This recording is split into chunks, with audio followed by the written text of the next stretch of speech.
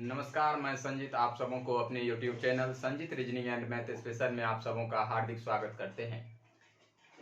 तो आज हम आप सबों के बीच कैलेंडर के वास्तविक दिन को ज्ञात करने के लिए कुछ कैलेंडर शास्त्री के नियम पे चर्चा करेंगे कि कुछ कैलेंडर शास्त्री के नियम से भी हम कैलेंडर के वास्तविक दिन को ज्ञात कर सकते हैं। जैसे जल्लर्स का नियम का यदि आप प्रयोग करना चाहें तो जल्लर्स के नियम का भी प्रयोग करके कैलेंडर के वास्तविक दिन को ज्ञात कर सकते हैं, या जल्लर्स के सर्वांग क्षमता के नियम का प्रयोग करना चाहें तो जल्लर्स के सर्वांग क्षमता के नियम से भी कैलेंडर के वास्तविक दिन को ज्ञात कर सकते हैं, या माइकल किथ के भी नियम से कैलेंडर के वास्तविक दिन को ज्ञात कर सकते हैं। उसके लिए आपको फॉर्मूला याद रखना होगा और फॉर्मूला के आधार से कैलेंडर के वास्तविक दिन को ज्ञात कर सकते हैं। लेकिन यदि आपको फॉर्मूला के आधार से कैलेंडर के वास्तविक दिन को ज्ञात करना है तो उसके लिए आप कोड भी तैयार कर सकते हैं। फॉर्मूला के आधार से आप क्या कर सकते हैं, कोड तैयार कर सकते हैं और उस कोड का इस्तेमाल करके आप कैलेंडर के वास्तविक दिन को ज्ञात कर सकते हैं। जैसे आज हम बात करेंगे कैलेंडर में जल्लर्स का नियम। जल्लर का नियम, किसी भी दिन का वास्तविक दिन ज्ञात करना है तो उसके लिए यदि आप जल्लर्स का नियम का प्रयोग करते हैं तो जल्लर्स के नियम से आप कैलेंडर के वास्तविक दिन को ज्ञात कर सकते हैं। जैसे इसके लिए फॉर्मूला होगा और उसे ध्यान में रखना है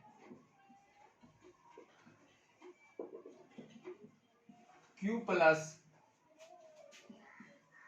13m - 1/5 mod plus K/4 plus C/4 mod -2C।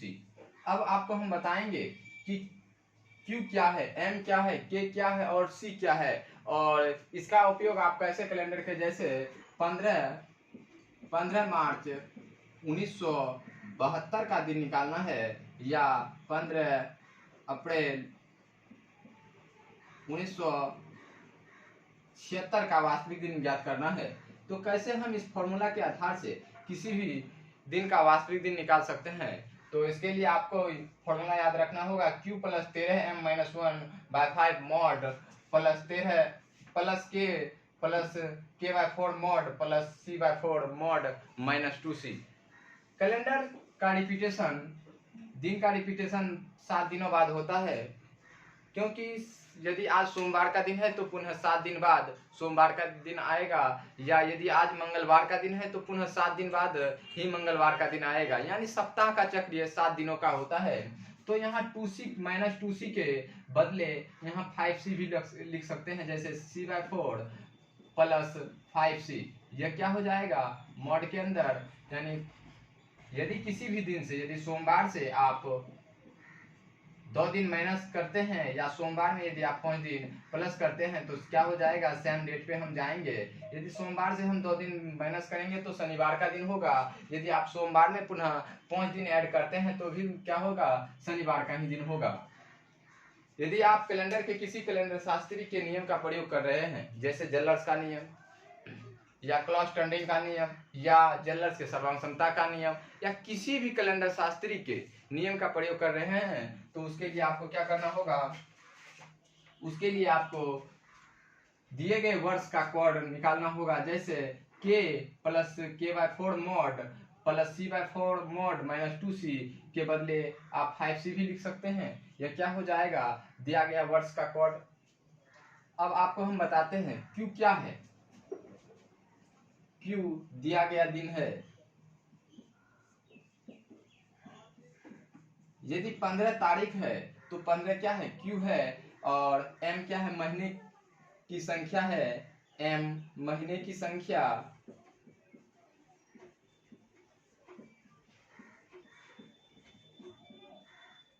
और K दिए गए वर्ष के प्रथम दो अंक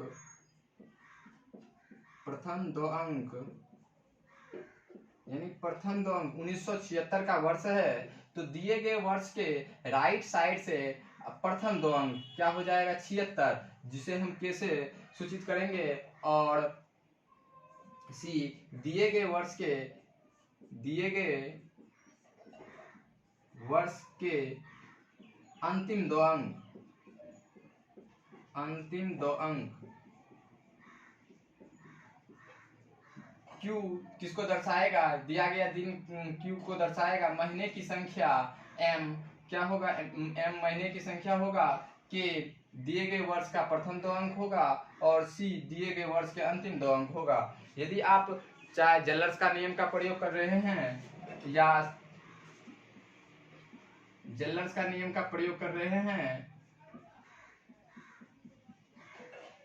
या जल्लर्स के सर्वांग समता का नियम का प्रयोग कर रहे हैं या माइकल किथ का नियम का प्रयोग कर रहे हैं, किसी भी कैलेंडर शास्त्री का नियम का प्रयोग कर रहे हैं, जल्लर्स का सर्वांग समता का नियम का प्रयोग कर रहे हैं,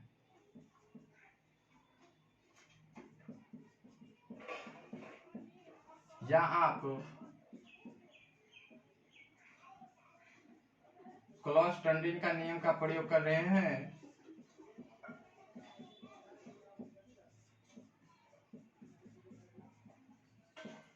या आप माइकल किथ का नियम का प्रयोग कर रहे हैं,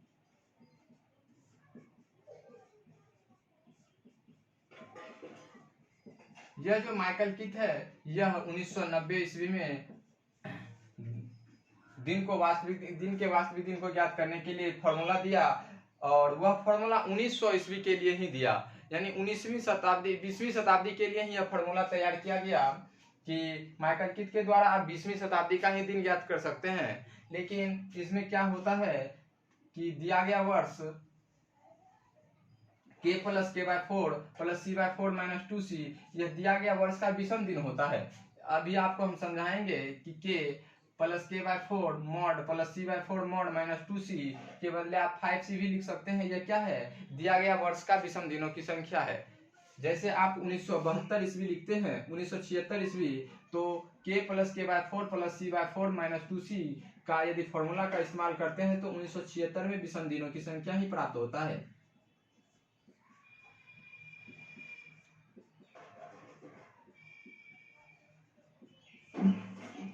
या आप गॉस एल्गोरिथ्म का प्रयोग करते हैं,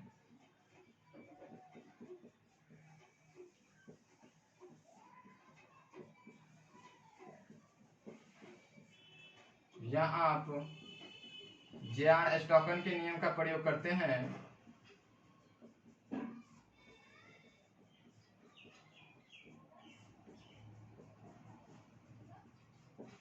यदि आप किसी भी कैलेंडर शास्त्री के नियम का प्रयोग कर रहे हैं तो दिए गए वर्ष का विषम दिनों की संख्या निकालना ही होता है, जिसके लिए फॉर्मूला होता है K + K/4 + C/4 - 2C। -2C को आप 5C भी लिख सकते हैं क्योंकि दिन का रिपीटेशन 7 दिनों में होता है। यदि आप आज सोमवार का दिन है तो 2 दिन पहले, आज सोमवार से 2 दिन पहले या सोमवार के 5 दिन बाद भी शनिवार का ही दिन होगा। रविवार से 2 दिन पहले शुक्रवार का दिन है तो रविवार के 5 दिन बाद भी शुक्रवार का दिन होगा, क्योंकि दिन का रिपीटेशन 7 दिनों में होता है। तो यह क्या हो जाएगा, इतना फॉर्मूला यह दिए गए वर्ष का विषम दिनों की संख्या होता है। तो आप यदि विषम दिन कॉन्सेप्ट से भी कैलेंडर को हल करते हैं या कॉर्ड मेथड से भी कैलेंडर को हल करते हैं तो उसके लिए 1900 के लिए अलग कॉर्ड रखना होता है, और 1900 के बाद यदि 1960 ईस्वी पे है तो 60 के लिए विषम दिनों की संख्या निकालना होता है, जिसके लिए हम 60 लिखते हैं और 60वें लीप वर्ष की संख्या लिखते हैं। यदि आप 60 में 4 से भाग देते हैं तो 15, यानी 15 लीप वर्ष की संख्या हो जाएगा। तो 1960 यानी अंतिम प्रथम 2 अंक के लिए फॉर्मूला हो जाएगा और अंतिम 2 अंक के लिए यह फॉर्मूला हो जाएगा।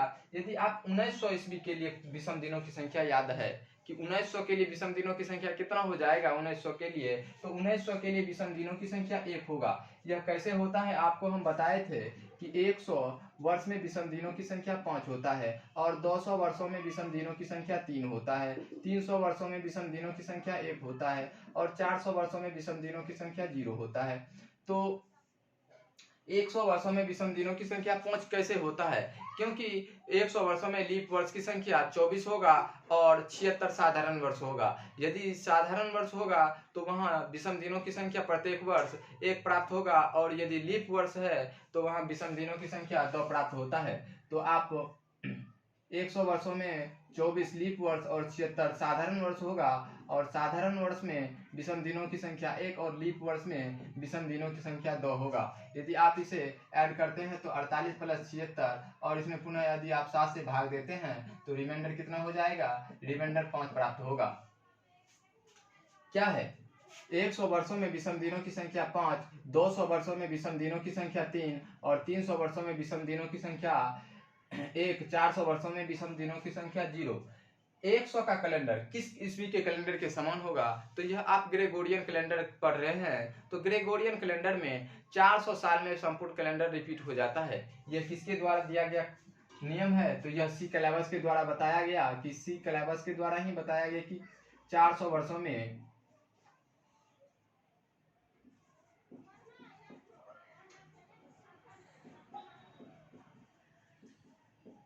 संपूर्ण कैलेंडर का रिपीटेशन 400 वर्षों में होता है। 100 का कैलेंडर किस कैलेंडर के समान होगा? तो 100 ईस्वी का कैलेंडर 500 ईस्वी के कैलेंडर के समान होगा और 200 ईस्वी का कैलेंडर 600 ईस्वी के कैलेंडर के समान होगा। यदि आपके पास 400 साल में विषम दिनों की संख्या 0 है तो 800 साल में भी विषम दिनों की संख्या 0 होगा, 1200 साल में भी विषम दिनों की संख्या 0 होगा, 1600 साल में भी विषम दिनों की संख्या 0 होता है। यदि 2000 साल है तो 2000 साल में भी विषम दिनों की संख्या 0 ही होगा। इसीलिए 2000 के लिए विषम दिनों की संख्या कितना हो जाएगा? 2000 के लिए विषम दिनों की संख्या 0 और 1900 के लिए विषम दिनों की संख्या कितना हो जाएगा? 1900 के लिए विषम दिनों की संख्या 1 होगा, क्योंकि 300 ईस्वी का कैलेंडर 700 ईस्वी के कैलेंडर के समान होगा और 700 ईस्वी का कैलेंडर 1100 ईस्वी के कैलेंडर के समान होता है। और 1100 ईस्वी का कैलेंडर किस ईस्वी के कैलेंडर के समान होगा? 1500 ईस्वी के कैलेंडर के समान होगा, क्योंकि संपूर्ण कैलेंडर 400 साल बाद रिपीट होता है। यदि आपके पास 100 ईस्वी का कैलेंडर है तो वह कैलेंडर किस ईस्वी के कैलेंडर के समान होगा? तो 500 ईस्वी के कैलेंडर के समान होगा। और 100 का कैलेंडर 500 के कैलेंडर के समान होगा। 200 ईस्वी का कैलेंडर 600 ईस्वी के कैलेंडर के समान होगा। यानी 400 वर्ष बाद कैलेंडर संपूर्ण कैलेंडर रिपीट हो जाता है। यदि आप विषम दिन कॉन्सेप्ट से भी कैलेंडर को हल करते थे तो 1960 ईस्वी का दिन निकालना होता था। तो 1960 ईस्वी तक में विषम दिनों की संख्या निकालना है तो उसके लिए आप 100, 200, 300 का इस्तेमाल करते थे। लेकिन यदि आपको 1900 साल में विषम दिनों की संख्या निकालना है तो 1900 साल में विषम दिनों की संख्या निकालना है तो आप ऐसे लिखते थे 4 गुने 400 प्लस 300, यानी प्रत्येक 400 साल में विषम दिनों की संख्या 0 प्लस 300 में विषम दिनों की संख्या कितना हो जाएगा? 1, यानी 1900 के लिए विषम दिनों की संख्या 1 प्राप्त होता है। यदि आप 2000 ईस्वी पे चलते हैं तो 2000 ईस्वी के लिए विषम दिनों की संख्या कितना होगा? इसे लिख सकते हैं 4 गुने 5 गुने 400 यानी 400 साल में विषम दिनों की संख्या 0 प्राप्त होता है तो 2000 साल में विषम दिनों की संख्या भी क्या हो जाएगा? 0 प्राप्त होगा। यदि आपसे पूछा जाए कि 1700 ईस्वी में विषम दिनों की संख्या कितना होगा तो इसे आप लिख सकते हैं 4 गुने 400 प्लस 100 और 400 साल में विषम दिनों की संख्या 0 और 100 में विषम दिनों की संख्या 5, यानी 1700 ईस्वी तक में विषम दिनों की संख्या यदि निकालना है तो वह 5 हो जाएगा। या आप जेलर्स का नियम का प्रयोग कर रहे हैं या जेलर्स के सर्वसमता के नियम का प्रयोग कर रहे हैं या क्लॉस्टर्निंग के नियम का प्रयोग कर रहे हैं, कैलेंडर के किसी भी कैलेंडर शास्त्री का नियम का प्रयोग कर रहे हैं तो उसके लिए आपको फॉर्मूला याद ही रखना होगा।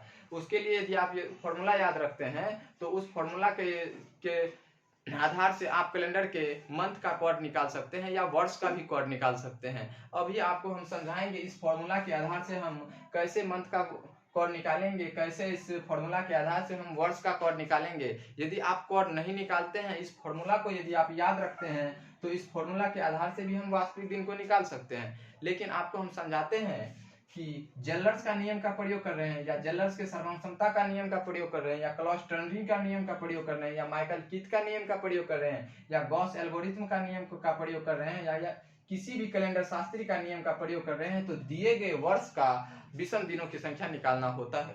यानी फॉर्मूला होगा k plus k/4 plus c/4 mod के अंदर -2c। यानी इस फॉर्मूला का यदि आप इस्तेमाल करते हैं, यदि 1960 ईस्वी का विषम दिनों की संख्या निकालना है तो 1960 ईस्वी का इस फॉर्मूला से भी विषम दिनों की संख्या निकल जाएगा। तो इसके लिए क्या करना होगा कि क्या हो जाएगा, दिए गए वर्ष के अंतिम प्रथम 2 अंक, और सी क्या हो जाएगा, दिए गए वर्ष के अंतिम 2 अंक को सूचित करेगा। यदि 1960 ईस्वी में विषम दिनों की संख्या निकालना है तो कैसे हम इस फॉर्मूला के आधार से हम विषम दिनों की संख्या निकालेंगे, इस पे हम चर्चा करते हैं।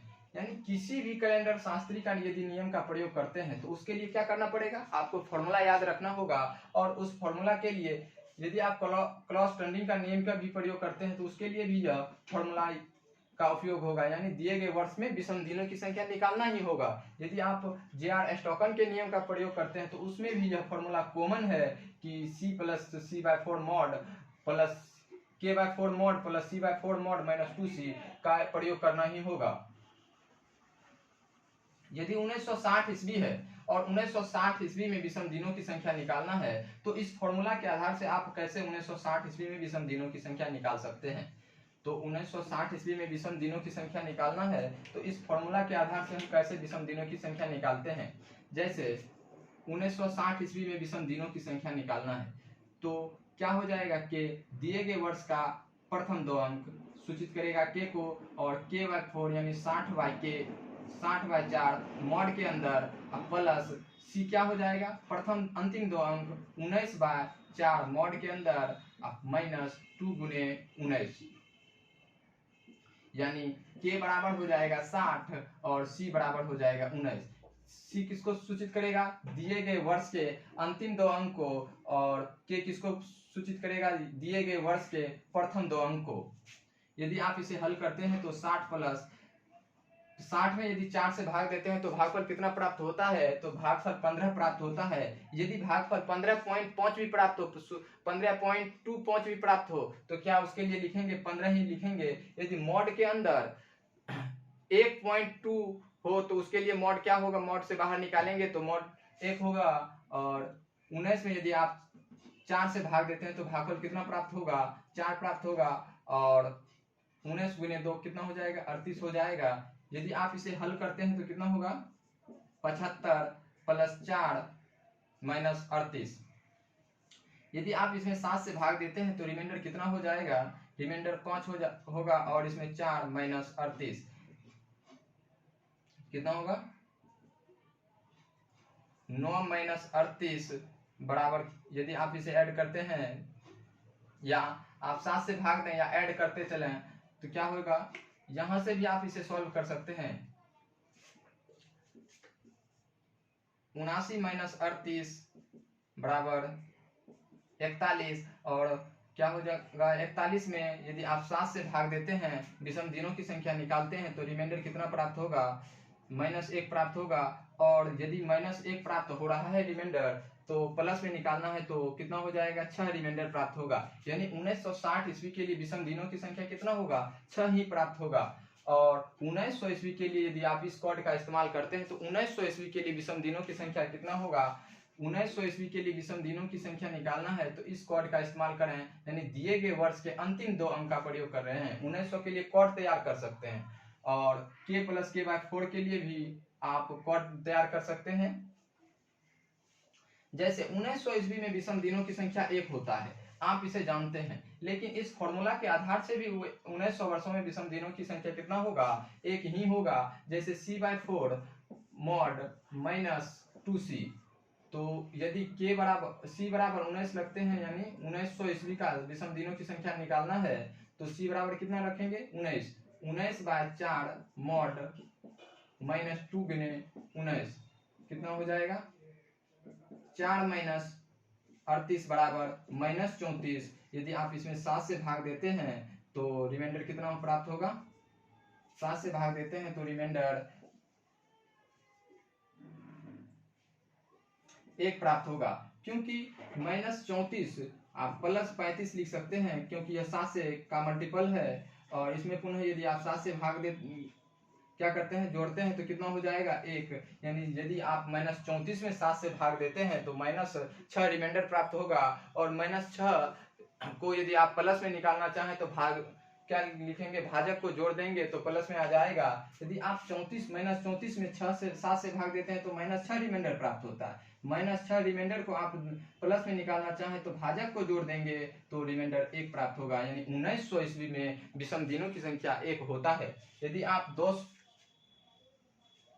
2000 ईस्वी में विषम दिनों की संख्या निकालना चाहें तो निकाल सकते हैं। 2000 ईस्वी के लिए विषम दिनों की संख्या, उसके लिए आपको क्या करना होगा, C/4 mod -2C कॉड का फॉर्मूला का इस्तेमाल करना होगा। यदि आप 2000 में विषम दिनों की संख्या निकालना चाहें तो कैसे निकालेंगे, C/4 mod -2C 20 - 4, क्योंकि C किसको दर्शाएगा, दिए गए वर्ष के अंतिम 2 अंक को -2 गुने 20 बराबर 5 - 40 बराबर -35। और यदि -35 में 7 से भाग देते हैं, रिमाइंडर प्राप्त करते हैं तो रिमाइंडर 0 प्राप्त होगा। यानी 2000 वर्ष में विषम दिनों की संख्या 0 होता है और 1900 वर्षों में विषम दिनों की संख्या कितना होगा, 1700 वर्षों में भी विषम दिनों की संख्या कितना हो जाएगा, 5 होगा। 1800 वर्षों में विषम दिनों की संख्या 3 हो जाएगा। 1900 वर्षों में विषम दिनों की संख्या 1 होगा और 2000 वर्षों में विषम दिनों की संख्या 0 प्राप्त होगा। यदि इस कोड का इस्तेमाल करते हैं तो शताब्दी वर्ष का क्या हो जाएगा, कोड तैयार हो जाएगा। यानी 1900 ईस्वी में विषम दिनों की संख्या कितना होगा, 1800 ईस्वी तक में विषम दिनों की संख्या कितना होगा, यदि इस फॉर्मूला का इस्तेमाल करते हैं तो।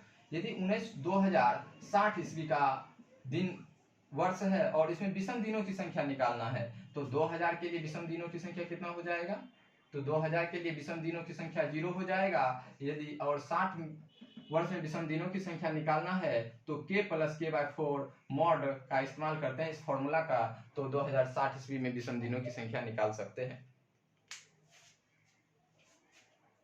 और Q भी किसी भी कैलेंडर शास्त्री का उपयोग करते हैं तो Q और K+K/4 + C/4 - 2C यह क्या होगा, कॉमन होगा।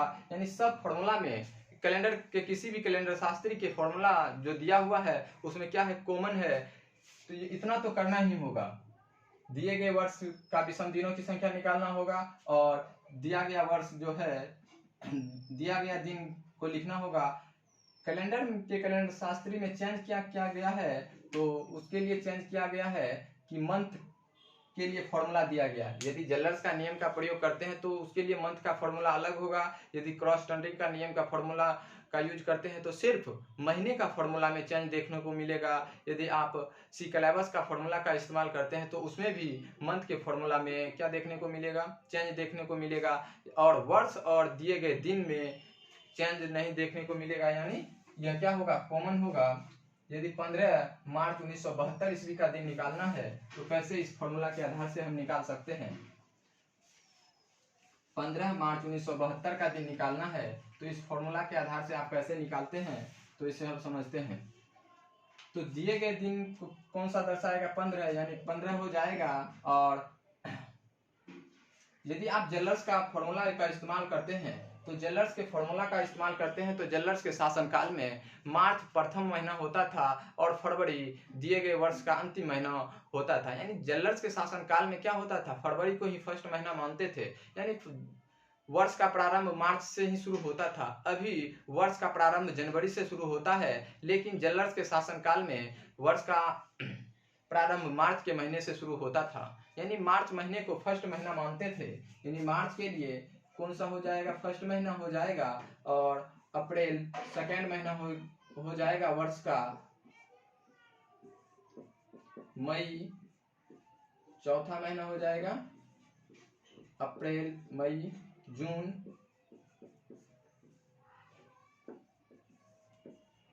जुलाई,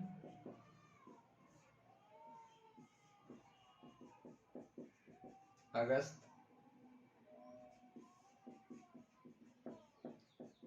सितंबर,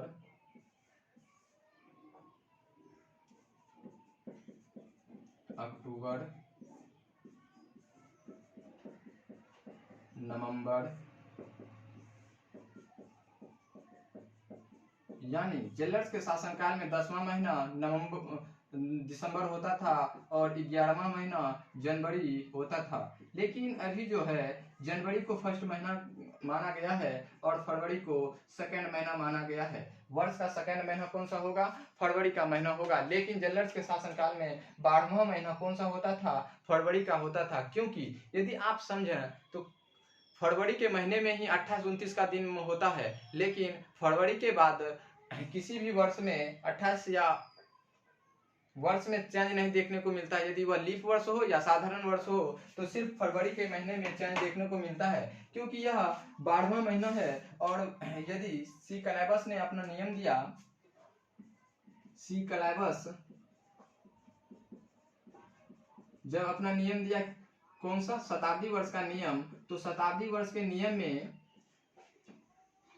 फरवरी 28 या 29 दिन का होता है, तो 28 या 29 दिन का होता है फरवरी, तो चेंज माइनस कितने अंतिम वर्ष में ही माइनस करेंगे एक दिन या प्लस करेंगे, तो यह क्या होगा? यह 12वां महीना होगा। और जल्लर्स के शासनकाल में फर्स्ट महीना मार्च का होता था और लास्ट महीना फरवरी का होता था। यानी एम किसको दर्शाएगा? महीने को दर्शाएगा। यदि मार्च का महीना है उसके लिए क्या होगा? m बराबर 1। और यदि अप्रैल का महीना है तो m बराबर 2 होगा। मई का महीना है तो m बराबर 3 होगा। यदि जून का महीना है तो m बराबर 4 होगा। यदि जुलाई का महीना है तो m बराबर 5 होगा। यदि अगस्त का महीना है तो m बराबर 6 होगा। तो इस फॉर्मूला का इस्तेमाल करके आप 15 मार्च 1972 का दिन निकालते हैं। तो कैसे इस फॉर्मूला का प्रयोग करके आप कैलेंडर के वास्तविक दिन को निकालते हैं। लेकिन यह लॉन्ग मेथड होगा। इससे आप यदि शॉर्ट करना चाहें तो शॉर्ट कर सकते हैं। इसके लिए आपको क्या करना पड़ेगा? 1900 के लिए कोड क्या होगा? 1900 के लिए 0 को एक कोड होगा, 2000 के लिए 0, 1700 के लिए 5 और 1800 में विषम दिनों की संख्या कितना होता है? 3 होता है। और k प्लस k बाय 4 इसके लिए विषम दिनों की संख्या यानी दिए गए वर्ष का विषम दिनों की संख्या निकालना होगा। और मंथ का क्या होगा? कोड तैयार कर लेंगे। और उस कोड का यदि आप उपयोग करते हैं, यानी जल्लर्स के कोड का यदि आप उपयोग करते हैं, तो उस कोड का भी उपयोग करके कैलेंडर के वास्तविक दिन को ज्ञात कर सकते हैं। लेकिन आपको अभी हम फॉर्मूला के आधार से बताते हैं कि फॉर्मूला के आधार से कैसे कैलेंडर के वास्तविक दिन को निकालते हैं। अभी हम ज्ञात कर रहे हैं 15 मार्च 1972 का दिन। तो 15 मार्च कौन सा महीना होगा? फर्स्ट महीना होगा। 13 गुना 1 माइनस 1 बाय 5 मॉड प्लस के क्या है? दिए गए वर्ष का अंतिम 2 अंक, तो 72 plus 72 by 4 plus 19 by 4 minus 2 गुने 19। यानी यदि 15 में 7 से भाग दें या ऐड करके भाग देंगे तो कोई फर्क नहीं पड़ेगा। यानी 15 प्लस 13 गुने 1 13 माइनस 1 12 में भी यदि 5 से भाग देते हैं तो भागफल कितना प्राप्त होगा? 2 प्राप्त होगा। प्लस 72 में 4 से यदि आप भाग देते हैं तो क्या हो जाएगा?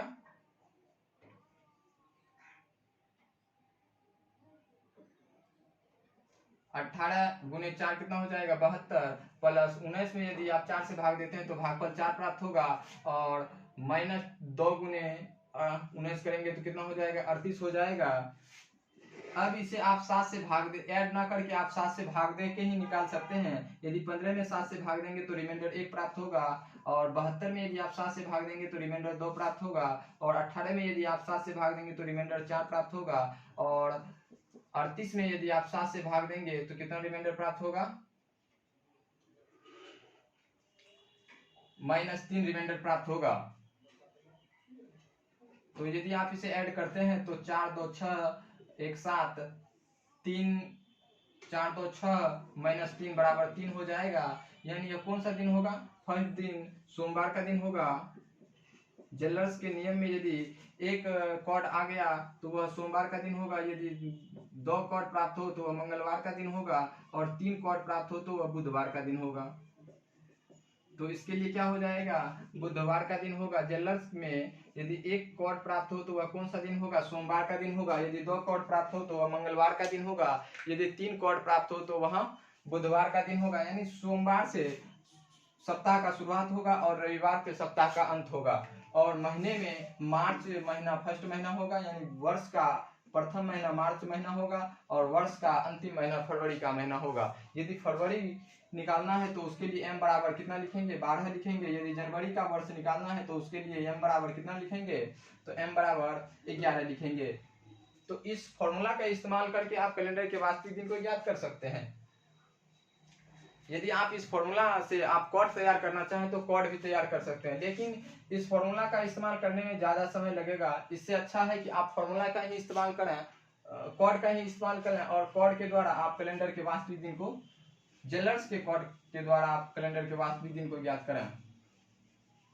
इसके लिए करना होगा कि 1900 के लिए विषम दिनों की संख्या कितना होता है, 1900 ईस्वी के लिए विषम दिनों की संख्या, 1900 ईस्वी के लिए विषम दिनों की संख्या 1 होता है, और 2000 ईस्वी के लिए विषम दिनों की संख्या 0 होता है, और 1700 के लिए विषम दिनों की संख्या 5 होगा, और 1800 के लिए विषम दिनों की संख्या 3 होगा। इसे याद रखना होगा। यह किस फॉर्मूला के आधार से आया है, c/4 mod -2c के आधार पे आया है। अब आपको मंथ का फॉर्मूला निकालना होगा। मार्च महीने के लिए कोड क्या होगा साधारण ईयर में, और मार्च महीने के लिए कोड क्या होगा लीप ईयर में। इसे अब आपको हम समझाते हैं। यह क्या है, दिया गया वर्ष का महीना का कोड है। इस फॉर्मूला का यदि आप उपयोग करते हैं तो महीना का फॉर्मूला तैयार, कोड तैयार होगा। महीना का क्या हो जाएगा, कोड तैयार हो जाएगा। यदि 13 गुना 1 -1 बाय 5 करते हैं तो मार्च महीने का कोड तैयार होगा। तो मार्च महीने का कोड क्या हो जाएगा, 2 हो जाएगा। यदि आप अप्रैल महीना का कोड निकालना चाहते हैं तो 13 गुने 2 -1 बटे 5 कितना हो जाएगा, 13 दूनी 26 -1 25 में 5 से भाग देते हैं तो भागफल कितना हो जाएगा, 5। यानी अप्रैल के लिए 5 कोड तैयार हो जाएगा। यदि 15 मार्च 1972 का दिन निकालना है तो सिर्फ आपको क्या करना होगा, 15 मार्च के लिए कोड 2, और 1900 के लिए कोड क्या हो जाएगा 1, और 1972 का दिन निकालना है तो 72, आप 72 में लीप वर्ष की संख्या निकाल लेंगे। 72 में लीप वर्ष की संख्या क्या हो जाएगा, 18। अब इसमें आप ऐड करके या 7 के मल्टीपल पे काट सकते हैं। 1 + 2 + 1 + 2 + 4, 4 2 6 1 7 यानी 3। कौन सा दिन होगा, सोमवार मंगल बुध, यानी बुधवार का दिन था। आप इस तरह से भी कर सकते हैं। यानी मार्च महीने के लिए कोड क्या हो जाएगा, 2 हो जाएगा। अप्रैल के लिए क्या कोड हो जाएगा, 5 हो जाएगा। आप अप्रैल के बाद मई के लिए भी कोड निकाल सकते हैं। यदि आप m का मान 3 रखते हैं तो 13 गुने 3 39 - 1 कितना हो जाएगा, 38। 38 में यदि आप 5 से भाग देते हैं तो क्या हो जाएगा, यदि आप 38 में 5 से भाग देते हैं तो रिमाइंडर कितना प्राप्त होगा।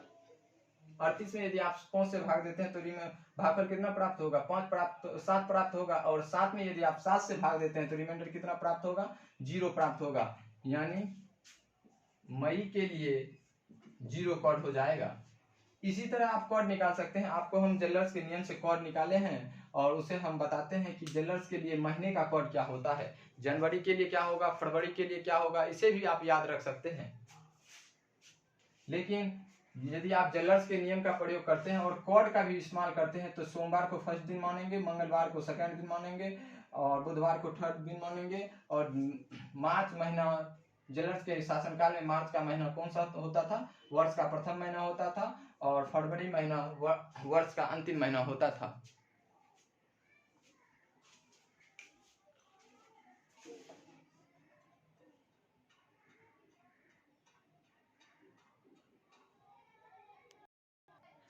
यदि आप जेलर्स के नियम से फॉर्मूला के आधार से आप कैलेंडर के वास्तविक दिन को निकालते हैं तो फॉर्मूला का उपयोग क्या करना पड़ेगा, q + 13 m-1/5 प्लस मॉड के अंदर होगा। मॉड के अंदर यदि 0.2.5 भी हो तो उसके लिए यदि मॉड से बाहर निकालेंगे तो क्या हो जाएगा, टॉप 2 प्राप्त होगा। यदि मॉड के अंदर 3.6 प्राप्त हो तो उसे यदि आप मॉड के बाहर निकालते हैं तो क्या हो जाएगा, 3 ही निकलेगा। क्योंकि मॉड के अंदर दशमलव भी हो तो उससे यदि आप बाहर निकालते हैं तो क्या हो जाएगा, दशमलव को नहीं लेते हैं। और इसके लिए फॉर्मूला होगा जेलर्स के नियम के लिए q + 13 m-1/5 plus k/4 mod के अंदर plus c/4 mod -2c।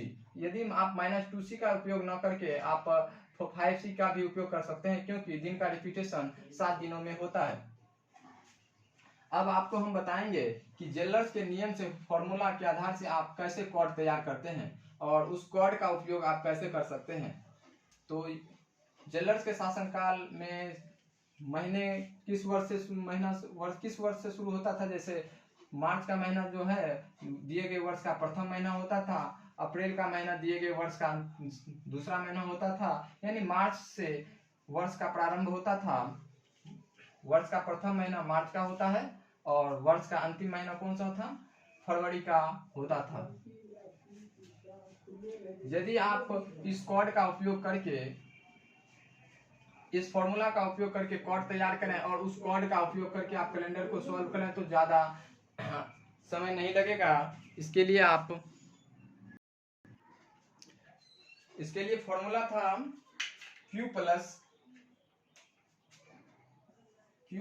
13M -1/5 mod plus K/4 mod plus C/4 mod -2C।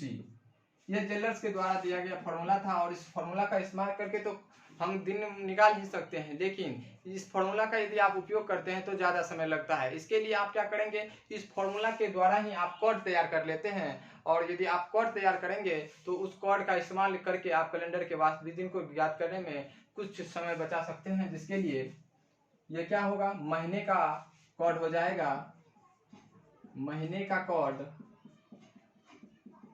और यह हो जाएगा शताब्दी का कॉर्ड।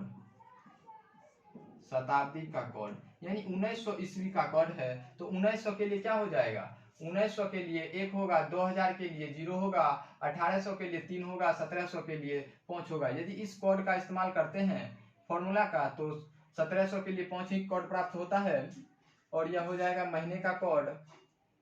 तो महीने का कॉर्ड जनवरी के लिए क्या रखेंगे और फरवरी के लिए क्या रखेंगे, इस पे अब चर्चा करते हैं।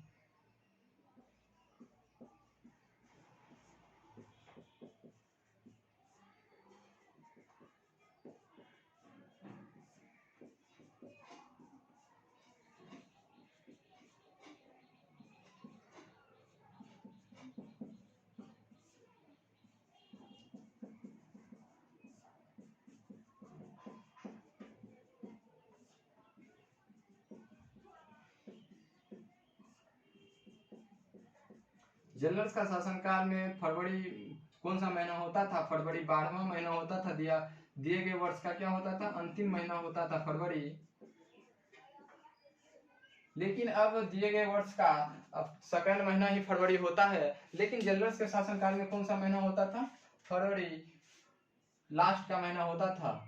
मार्च से महीना का प्रारंभ होता है और यदि मार्च से महीना का प्रारंभ होता है तो मार्च के लिए 1 और अप्रैल 2, मई 3 और जून 4, जुलाई 5, अगस्त 6, सितंबर 7, अक्टूबर 8, नवंबर 9, दिसंबर 10 और 11वां महीना जनवरी होता था और 12वां महीना कौन सा होता था, फरवरी होता था। लेकिन यदि m का उपयोग m के लिए 1 रखते हैं तो क्या मार्च के लिए फॉर्मूला हो जाएगा, मार्च के लिए कॉर्ड कितना हो जाएगा, 2 प्राप्त हो जाएगा। यदि आप अप्रैल के लिए 2 रखते हैं m के का मान तो अप्रैल का कॉर्ड क्या हो जाएगा, 5 प्राप्त होगा। यदि m का मान 3 रखते हैं तो m का मान यदि आप 3 रखते हैं और हल करते हैं मॉड के अंदर तो क्या हो जाएगा, 0 प्राप्त होगा। इसी तरह आप कैलेंडर के वास्तविक दिन कॉर्ड तैयार कर सकते हैं महीने का। जैसे जून के लिए आप क्या करेंगे, जून के लिए यदि m का मान 4 रखते हैं तो क्या हो जाएगा, उसके लिए कॉर्ड तैयार होगा और उस कॉर्ड का भी उपयोग करके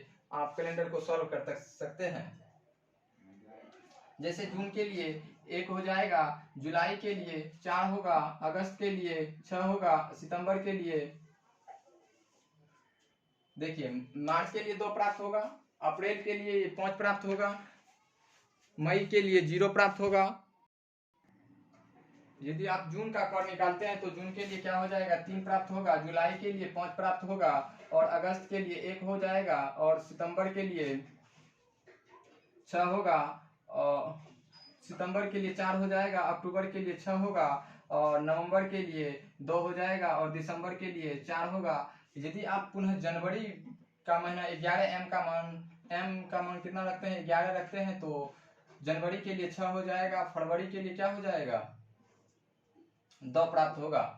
यानी यदि इस कोड का भी उपयोग करते हैं, जनवरी के लिए 6, फरवरी के लिए 2 और मार्च के लिए 2, अप्रैल के लिए 2, मई के लिए 0 और जून के लिए 3, जुलाई के लिए 5, अगस्त के लिए 1 और सितंबर के लिए 6, सितंबर के लिए 4, अक्टूबर के लिए 6 और नवंबर के लिए 2, दिसंबर के लिए 4। तो इस कोड का भी उपयोग करके आप कैलेंडर को सॉल्व कर सकते हैं। याद रखना चाहें तो याद रख सकते हैं 62 25 035 146 24, 62 25 035 146 24।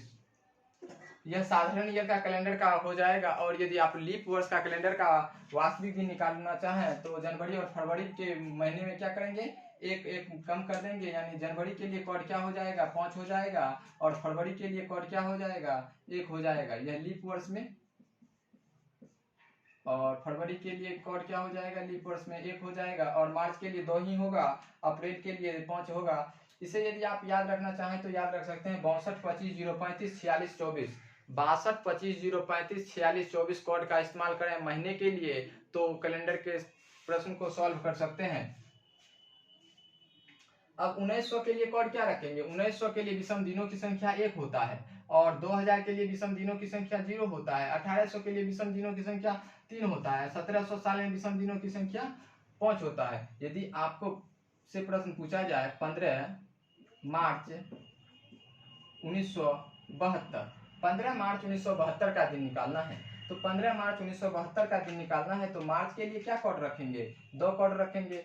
इसमें यदि आप 7 से भाग देते हैं रिमाइंडर प्राप्त कर लेंगे, और मार्च के लिए 2 कोड रखेंगे। 1900 के लिए विषम दिनों की संख्या 1 होगा, और 72 प्लस 72 में लीप वर्ष की संख्या हो जाएगा। यदि आप 4 से भाग देते हैं तो लीप वर्ष की संख्या प्राप्त होगा। इसका क्या लिखेंगे, भागफल लिखेंगे। तो जेलर्स के नियम के लिए फॉर्मूला, जेलर्स से फॉर्मूला हम तैयार कर सकते हैं मंथ का, 62 25 035 146 24। तो क्या हो जाएगा, 1 + 2 + 1 + 72 में यदि आप 7 से भाग देते हैं रिमाइंडर 2 प्राप्त होगा, और यदि 72 में 4 से भाग देते हैं भागफल 18 प्राप्त होगा। तो 2 2 4 1 5 1 6 + 18 कितना हो जाएगा, 24। 24 में यदि आप 7 से भाग देते हैं तो रिमाइंडर कितना हो जाएगा, 3 हो जाएगा। और रिमाइंडर यदि 1 प्राप्त हो तो वह सोमवार का दिन होगा, और यदि 2 प्राप्त हो तो वह मंगलवार का दिन होगा, यदि 3 प्राप्त हो तो वह क्या हो जाएगा, बुधवार का दिन होगा।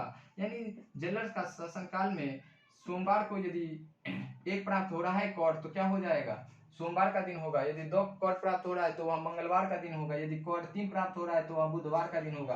तो 15 मार्च 1972 को कौन सा दिन होगा, बुधवार का ही दिन होगा। इस कोड के थ्रू आप बना सकते हैं, लेकिन यदि आप इस फॉर्मूला का इस्तेमाल करते हैं तो क्या लगेगा, ज्यादा समय लगेगा। कोड क्या हो जाएगा, 62 25 035 46 146 24, 62 25 035 146 24। और लीप वर्ष में कोड क्या करेंगे, एक एक माइनस कर देंगे तो क्या हो जाएगा, 51 25 035 146 24, 51 25 035 146 24 लीप वर्ष के लिए। और किसमें चेंज होगा, सिर्फ लीप वर्ष में जनवरी और फरवरी का महीना चेंज होता है। यदि आपसे प्रश्न पूछा जाए 15 फरवरी 1972 को कौन सा दिन था, और 15 फरवरी 1972 का दिन निकालना है, तो 15 में 7 से भाग देंगे, रिमाइंडर प्राप्त कर लेंगे। फरवरी लीप वर्ष के लिए क्या कोड हो जाएगा, 1 कोड हो जाएगा। फरवरी के लिए क्या कोड रखेंगे, 1 कोड रखेंगे, और 1900 के लिए 1, 72 में 72 प्लस लीप वर्ष की संख्या 18 हो जाएगा। आप इसे यदि हल करते हैं तो क्या हो जाएगा, 3 + 72 में यदि आप 7 से भाग देते हैं रिमाइंडर 2 प्राप्त होगा। 18 में यदि आप 7 से भाग देते हैं तो 4 रिमाइंडर प्राप्त होगा, यानी 1 1 2 1 3। और 72 में यदि आप 7 से भाग देते हैं रिमाइंडर 2 प्राप्त होगा। 18 में यदि आप 7 से भाग देते हैं रिमाइंडर 2 कितना प्राप्त होगा, 4 प्राप्त होगा। 4 3 7 रिमाइंडर कितना बच गया, 2। 2 किसके लिए होगा, मंगलवार का दिन होगा। यानी 15 फरवरी 1972 का यदि आप वास्तविक दिन निकालना चाहें तो कौन सा दिन होगा, मंगलवार का दिन होगा। आपको हम पहले बताए थे कि किसी भी कोड का इस्तेमाल करें या किसी भी कैलेंडर शास्त्री का इस्तेमाल करें तो उसके लिए फॉर्मूला जो होगा उस फॉर्मूला के आधार से आप कोड तैयार कर सकते हैं। तो जेलर्स के लिए महीने का कोड क्या हो जाएगा, 62 25 035 146 24, 62 25 035 146 24। आपको हम बताए थे कॉड मेथड से, तो उसमें आपको बताए थे 144 0 25 0 36 146। लेकिन यदि आप जेलर्स के नियम से फॉर्मूला से कॉड कैलेंडर के वास्तविक दिन को निकाल रहे हैं, तो उसके लिए फॉर्मूला हो जाएगा, कॉड हो जाएगा मंथ का 62 25 0 35 46 146 24। और दिन प्रारंभ 1 यदि होगा तो वहां क्या हो जाएगा, सोमवार का दिन होगा, 2 होगा तो मंगलवार का दिन होगा, 3 होगा तो बुधवार का दिन होगा। यदि आप निकालना चाहें तो 15 मार्च या 15 अक्टूबर 1990 ईस्वी को कौन सा दिन था, 15 अक्टूबर 1990 ईस्वी का दिन निकालना है। तो 1990 ईस्वी का वास्तविक दिन ज्ञात करना है, तो फॉर्मूला के द्वारा भी आप ज्ञात कर सकते हैं, लेकिन फॉर्मूला में क्या लगेगा, ज्यादा समय लगेगा। इसके लिए आप क्या कीजिए, दिए गए फॉर्मूला से आप कॉड तैयार कीजिए, और कॉड को यदि आप याद रखते हैं तो कॉड को याद रखने के बाद आप कॉड का इस्तेमाल क्या कीजिए, वास्तविक दिन को ज्ञात करने में कीजिए। 15 में यदि आप 7 से भाग देते हैं, रिमाइंडर कितना प्राप्त होगा, 1। अक्टूबर के लिए क्या हो जाएगा, कॉड 6 प्राप्त होगा। और 1900 में विषम दिनों की संख्या, इसे क्या लिख सकते हैं, 1900 प्लस 90 लिख सकते हैं। और 1900 में विषम दिनों की संख्या 1 होगा, 90 में विषम दिनों की संख्या निकालना है तो कितना हो जाएगा, या तो आप 90 लिख दीजिए, और 90 साल में विषम दिनों की लीप वर्ष की संख्या निकालना है तो 4 से भाग देके भागफल प्राप्त कर लीजिए।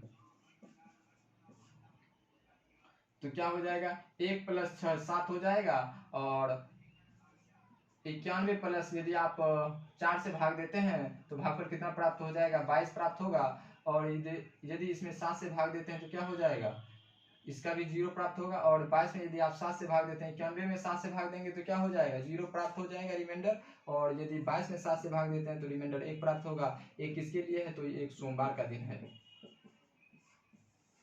तो यदि आप 15 अगस्त 1990 का दिन निकालना है तो कैलेंडर में वास्तविक दिन क्या हो जाएगा, सोमवार का दिन होगा। इसके लिए क्या है, सिर्फ महीने का ही कॉर्ड चेंज देखने को मिलेगा। यदि आप सिलेबस का उपयोग करें या जेलर्स का उपयोग करें या क्रॉस टर्निंग का किसी भी कैलेंडर शास्त्री का उपयोग करें तो उसमें क्या हो जाएगा, तो उसके लिए आप महीने का ही कॉर्ड चेंज होगा, ना तो वर्ष का कॉर्ड चेंज होगा, ना तो दिन का कॉर्ड चेंज होगा। दिन के लिए तो सिर्फ दिन लिखते हैं, दिन में 7 से भाग देके रिमाइंडर लिखते हैं। तो यदि आप क्रॉस टर्निंग का भी नियम का प्रयोग करेंगे ना, तो उसके लिए भी आप 15 में ही 7 से भाग देके रिमाइंडर लिखेंगे, और दिए गए वर्ष का विषम दिन ही निकालेंगे। और क्या करेंगे, महीने का रिपीटेशन जो होता है, महीने का कॉर्ड अलग हो सकता है, लेकिन महीने का जब कॉर्ड अलग होगा तो कहीं जनवरी सोमवार को क्या माना जाएगा, दिए गए वर्ष का अंतिम दिन माना जाएगा, रविवार को फर्स्ट दिन माना जाएगा, कहीं सोमवार को फर्स्ट दिन माना जाएगा सप्ताह का। तो यदि आप जेलर्स का उपयोग करते हैं तो उसके लिए 62 25 0 35 146 24 का इस्तेमाल कीजिए और कैलेंडर को सॉल्व कीजिए। जैसे 15 नवंबर 1980 ईस्वी को कौन सा दिन था, 15 नवंबर 1980 ईस्वी का दिन निकालना है। तो 15 में यदि आप 7 से भाग देते हैं, रिमाइंडर प्राप्त कर लेते हैं, नवंबर के लिए कॉर्ड क्या हो जाएगा, 2 हो जाएगा। और 1900 के लिए विषम दिनों की संख्या 0, 80 साल में विषम दिनों की संख्या निकालना है तो 80 में 4 से भाग दे के भागफल लिखेंगे, और क्या हो जाएगा, 1 + 2 3 1 4, अब प्लस 80 कितना हो जाएगा, 84 हो जाएगा। और 84 के बाद यदि आप इसमें भाग देते हैं तो 20 प्राप्त होगा।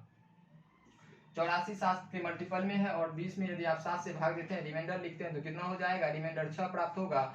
6 किसके लिए होगा, शनिवार का दिन होगा। 6 किसके लिए कॉर्ड हो जाएगा, शनिवार का, क्योंकि दिन का प्रारंभ सोमवार को फर्स्ट दिन होता है, तो 6 किसके लिए होगा, शनिवार का दिन होगा। इस तरह से आप कैलेंडर को सॉल्व कर सकते हैं और कैलेंडर के वास्तविक दिन को ज्ञात कर सकते हैं। आपको याद रखना होगा कि जनवरी के लिए 6, फरवरी के लिए 2, यानी इसका कॉर्ड यदि याद रखना चाहे तो 62 25 0 35 146 24, 62 25 0 35 146 24। लीप वर्ष में फरवरी और जनवरी और फरवरी में 1 1 माइनस कर देंगे। जनवरी के लिए क्या हो जाएगा, 5 हो जाएगा, और फरवरी के लिए 1 होगा। आप किसी भी कैलेंडर के वास्तविक दिन को याद कर सकते हैं। जैसे आज 15 अगस्त या 16 अगस्त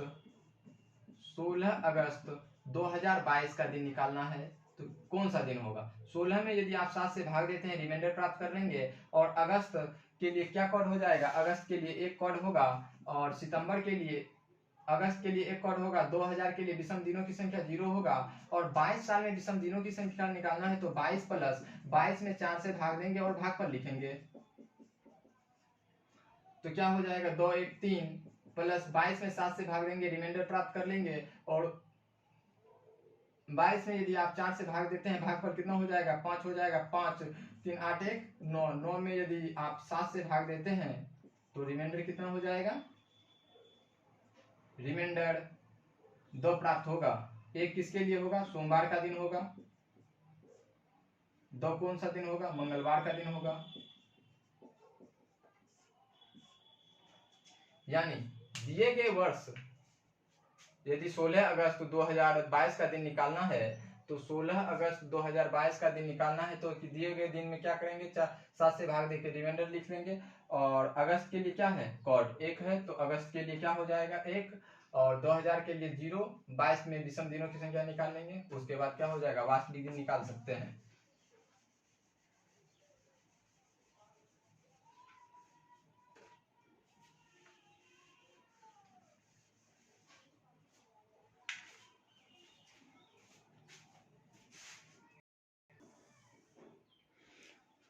और आप इस फॉर्मूला को याद रखें या आप इस कॉर्ड को याद रखें तो कैलेंडर के वास्तविक दिन को याद करने में ज़्यादा समय नहीं लगेगा।